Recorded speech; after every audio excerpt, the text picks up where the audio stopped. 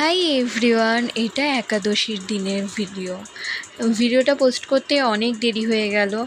আর আমরা বেরিয়ে পড়েছিলাম একাদশীর দিন ঠাকুর দেখতে। আমরা শুধু নবমী আর একাদশী ঠাকুর দেখতে গেছিলাম।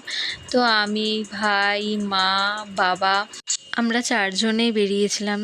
আর আমার বাবাকে দেখো, আমরা যে এসছি বাবা আগে আগে চলে যাচ্ছিল।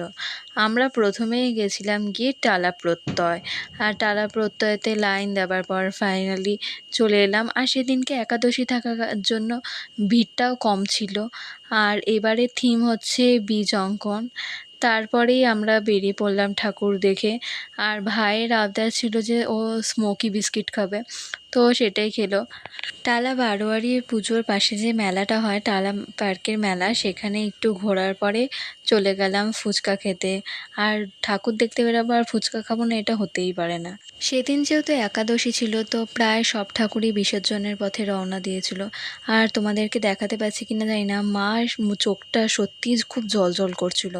মায়েরও কি মন চায় আমাদের ছেড়ে চলে যেতে, তাও আমাদেরকে মাকে বিদায় জানাতেই হবে।